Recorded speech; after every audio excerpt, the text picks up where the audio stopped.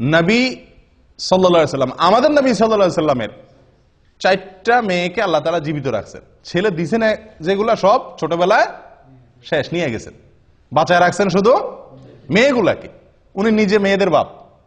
এত যাদের কি হয় না, ছেলে হয় না বা ছেলে নাই, শুধু মেয়ে, আপনারা এটা ভাইবা খুশি হন যে নবী সাল্লাল্লাহু আলাইহি সাল্লাম মেয়েদের বাপ ছিল, আপনিও কি মেয়েদের বাপ।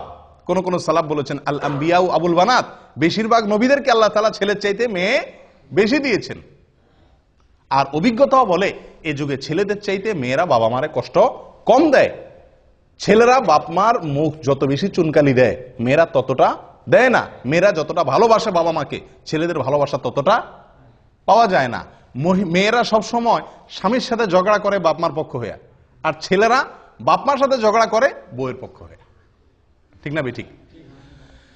এর মানে এই না যে আমি বলতেছি ছেলে খারাপ মেয়েই ভালো সব, বাকি বেশিরভাগ ঘটনা এরকম ঘটে থাকে। অতএব জন্মের পরে প্রথম কথা হবে আল্লাহর কাছে শুকরিয়া আদায় করা। ছেলে হইছে নাকি মেয়ে হইছে এ সমস্ত নিয়ে মুখ কালাকালি করা, এটা এক ধরনের কুফরি, এক ধরনের আল্লাহর নেয়ামতকে কি করা, ডিনাই করা, অস্বীকার করা।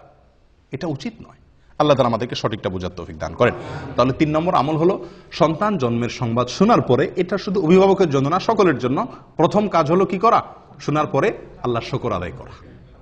আলহামদুলিল্লাহ রাব্বিল আলামিন বা আলহামদুলিল্লাহ।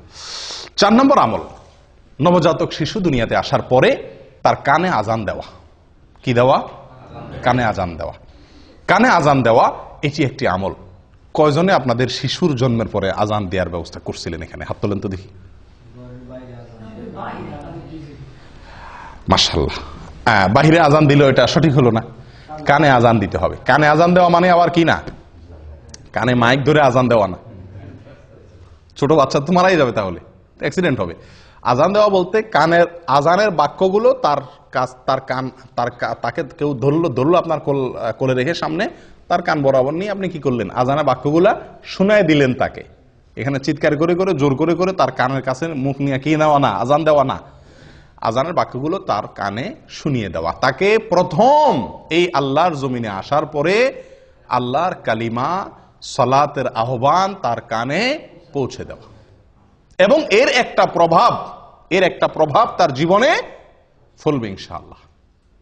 কথা বুঝে আসছে ভাই? আবু রাফি রাদিয়াল্লাহু তাআলা আনহু তিনি বর্ণনা করেছেন। কে?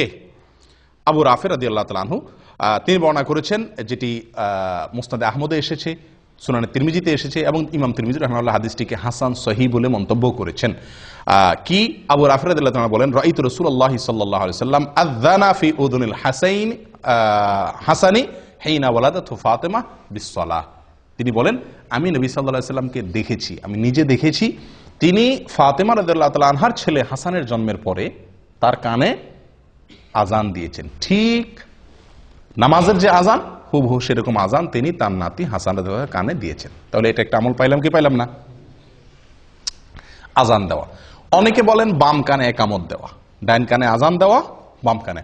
ডান কানে আজান দেওয়া তো নবী সাল্লাল্লাহু আলাইহি ওয়াসাল্লামের আমল থেকে সাবেত হলো, যদিও কেউ কেউ এটা নিয়েও এর সনদ নিয়ে অনেকে মন্তব্য করেছেন, কিন্তু আমার কাছে বিশুদ্ধ মনে হয় আজান দেওয়াটাই সুন্নাত, এই হাদিস দ্বারা যেহেতু সাবেত হয়েছে।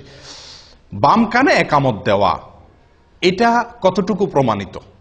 আমাদের সমাজে বাম কানেও একামত দেওয়ার কি আছে, রেওয়াজ বা সিস্টেম চালু আছে।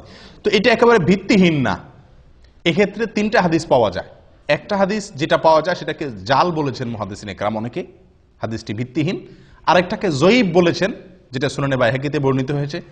আর আরেকটা হাদিস আছে যেটা নবী সাল্লাল্লাহু আলাইহি ওয়াসাল্লাম থেকে না, কোনো সাহাবী থেকেও না, একজন তাবী ওমর ইবনে আব্দুল আজিজ রাহিমাহুল্লাহ ওনার থেকে বর্ণিত। ওমর ইবনে আব্দুল আজিজ ইসলামের খুব নামকরা একজন খলিফাদের, 4 খলিফার পরেই বলা হয় 5ম খলিফা বলা হয়, অর্থাৎ খুব সুশাসনের জন্য পৃথিবীর ইতিহাসে, মুসলমানদের গৌরবোজ্জ্বল ইতিহাসে যাদের নাম স্বর্ণের অক্ষরে লেখার মতো, তাদের মধ্যে অন্যতম হলেন ওমর ইবনে আব্দুল আজিজ রাহমাতুল্লাহি আলাইহি। ওনার থেকে বর্ণিত হয়েছে যে উনি বা শিশুর জন্মের পরে ডান কানে আজান দিতেন, বাম কানে একামত দিতেন। কিন্তু এই যে ওনার থেকে বর্ণিত হয়েছে, এটারও কোনো সনদ ছাড়াই অনেক সালাফ উল্লেখ করেছেন। যাই হোক, এই বিষয়টা এই জন্য এত বেশি মজবুতির সাথে প্রমাণিত নয়। এটি বগবীতে, তাফসীর বগবীতে আছে এবং অন্যান্য কিতাবে উল্লেখ আছে। তাহলে ডান কানে আজান দেওয়া, কানে আজান দেওয়া, এটা প্রমাণিত হলো। কয় নম্বর আমল?